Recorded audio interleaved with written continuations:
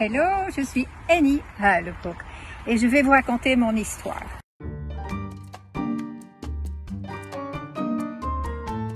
Nous allons faire un petit acte. Hi Charlie, we save you from the tree. Viens, viens maman.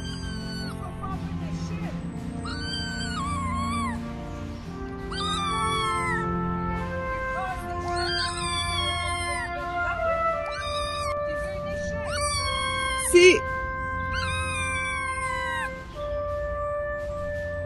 Hey darling. On va bien le sauver. Travail d'équipe. Yeah. Oh, look at this. Oh, look how beautiful.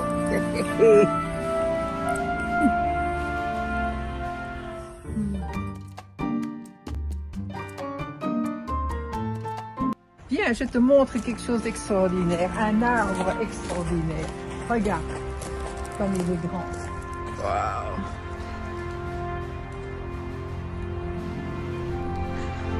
Wow. Oui, elle est énorme. Viens, entre. Oh, merci. Wow. Et cet arbre, en été, quand il fait chaud, je m'installais et je me suis inspirée pour l'enfant les sortilèges de Ravel. Cet arbre, c'est comme une cathédrale. Il y a une odeur ici, il n'y a pas de moustiques, il n'y a rien. C'est magnifique. Tu peux travailler des heures ici quand il fait chaud et on est dans une cloche, on monte à soi, interne. Et l'imagination peut venir tout de suite.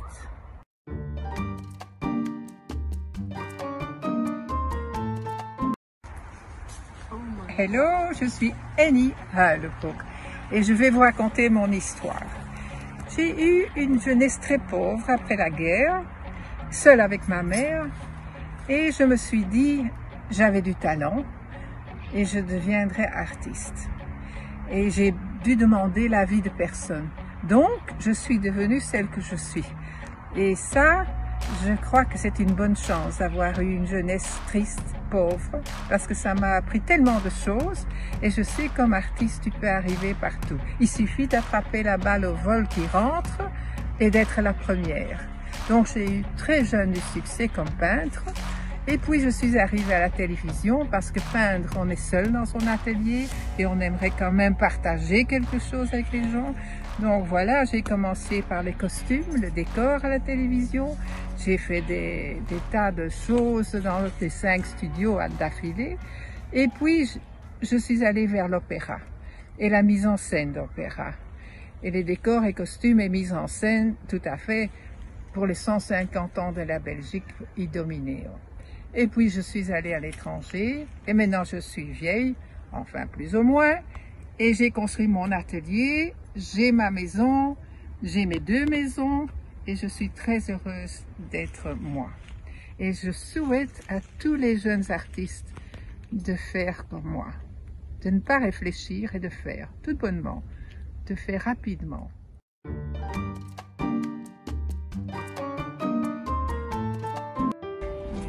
On va voir l'atelier.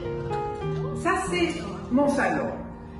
Et il y a 36 ans que j'ai construit ça et tout le monde aujourd'hui me dit « Oh, comme c'est moderne !»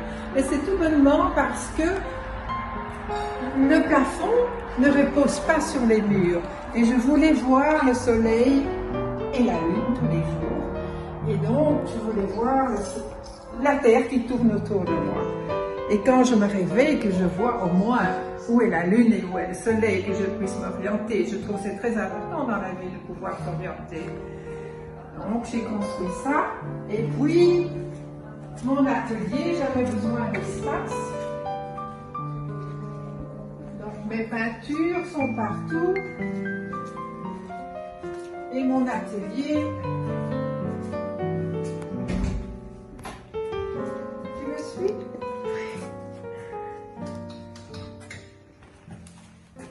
Et voilà mon atelier. Ici, je donne des concerts, je reçois des gens, je peins. Et donc, voilà, dans mon vieil âge, je suis chez moi et j'ai totalement je suis contente d'avoir réussi ma vie parce que je suis partie de rien du tout et j'ai toujours voulu faire ce que je voulais et je l'ai fait. Et donc je conseille à tout le monde de faire la même chose, d'être soi-même, de ne pas être une autre, d'avoir ce qu'on sent, ce qu'on veut et on réussit. Je suis sûre. Pas tout de suite, mais petit à petit, il suffit d'y aller, de faire, d'accepter les choses qui viennent. Voilà, c'est un parcours que je souhaite à tout le monde, qui a mal commencé d'ailleurs. Mais c'est une bonne chose de mal commencer. Tout se transforme dans la vie. Tout se transforme dans la vie, absolument. Et quand tu as mal commencé, tu n'as personne qui te dit ce qu'il faut faire non plus. Donc, en absence de père, ma maman qui travaillait, et tout ça, c'est que tu fais exactement ce que tu veux. J'ai passé 2 mois en Italie, quand j'avais 18 ans, tout seul, donc j'ai fait tout ça. Et dans ce temps-là, c'était vraiment unique, je pense, comme jolie fille. J'étais jolie, voilà. C'est un portrait de moi quand j'avais 18-20 ans. J'étais aussi mannequin pour gagner ma vie. J'ai aussi fait tout pour gagner ma vie. C'est le lancement de Courtel, c'était des pulls. Oui, la vie est un long parcours, mais il suffit de le faire comme on peut le faire. Rester soi-même, pas devenir quelqu'un d'autre. Pas devenir quelqu'un d'autre. Et tu t'en fais pas de ce que les gens pensent, c'est pas très important. Viens, je vais te montrer mon atelier. Alors pourquoi j'ai mis mon atelier en haut? Parce que je vois le bois ici, je vois les arbres, je vois la lumière, j'ai la lumière du nord, je vois la transformation, je vois toutes les saisons, donc je peins ici. Je me laisse inspirer. Tous les matins, je fais une grande promenade dans la réserve de 8h à 10h. Et puis, je mange vers midi. Je fais une petite sieste et puis je travaille toute l'après-midi.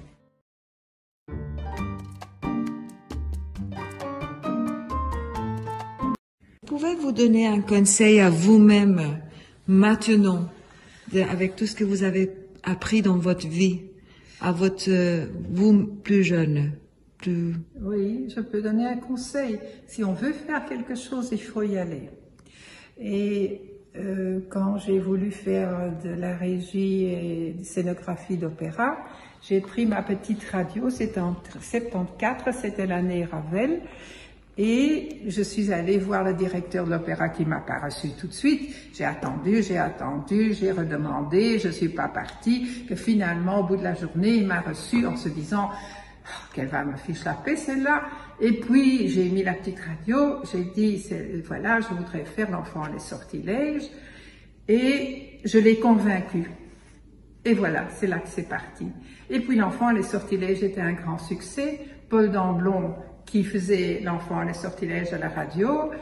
Et voilà, c'est parti parce que c'était très original, l'enfant et les sortilèges que j'avais fait. Il a dit, tu peux le faire, mais il n'y a pas d'argent.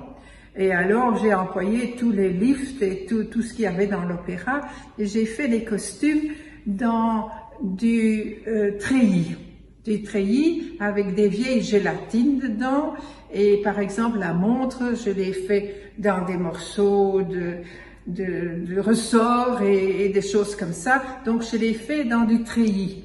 Et ça a été un grand succès parce que il sortait de terre, il y avait un ballet, c'est un opéra-ballet, et donc ça a été un grand succès parce que c'était très original. Et alors après l'autre acte, c'était l'heure espagnole. J'ai pris toutes les vieilles draperies de l'opéra, tout ce qui avait dans le fond qui n'avait plus été employé de 1850. La deuxième vie des choses. Oui, et j'ai pendu ça, comme ça, comme ça, comme ça, et tout le monde en contraste avec l'enfant.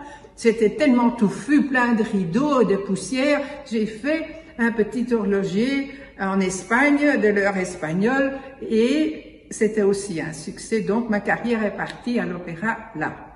Mais c'est parce qu'on m'a donné carte blanche, parce qu'on n'a pas cru non plus, mais ça faisait mon affaire, en fait. Ça fait toujours l'affaire quand on ne vous croit pas. On n'a qu'à faire de telle sorte qu'on vous croit. Voilà, c'est comme ça que c'est parti. Et une fois que c'est parti, ça s'enchaîne et puis voilà. Et génial. C'est comme ça qu'on part. Et on continue, et on continue, on continue. Et maintenant, ce que je vais faire, peindre. C'est la seule chose que j'aime faire. C'est me raconter ce qui se passe. Je ne sais pas ce qui va venir. Mais ça, c'est formidable quand je suis ici seule, qu'on ne me dérange pas, et que je monte dans mon atelier, je mets ma musique, et je peins. Et j'adore peindre en ne sachant pas où je vais pendant que je peins. Je commence et je ne sais pas où je vais. Et si la peinture n'est plus une surprise pour moi-même, c'est plus amusant. Donc, voilà, peindre, c'est ça. C'est se créer un monde aussi, un monde qu'on vit et qu'on veut exprimer et dans lequel on se surprend soi-même. Parce que le jour où on se surprend plus soi-même, c'est pas gai. C'est pas amusant. Donc voilà, vivre, c'est ça aussi. Se surprendre. Se surprendre, se découvrir. Et même à mon âge, je dois encore toujours découvrir. Toujours. Donc, voilà, c'est ça ce qui me rend heureux. Vraiment. C'est la seule chose que je demande. D'ailleurs, je ne veux plus exposer à l'étranger, je ne veux plus qu'on vienne chercher mes tableaux, je ne veux plus aller accrocher quelque part. Je veux rester chez moi et je fais venir les gens chez moi.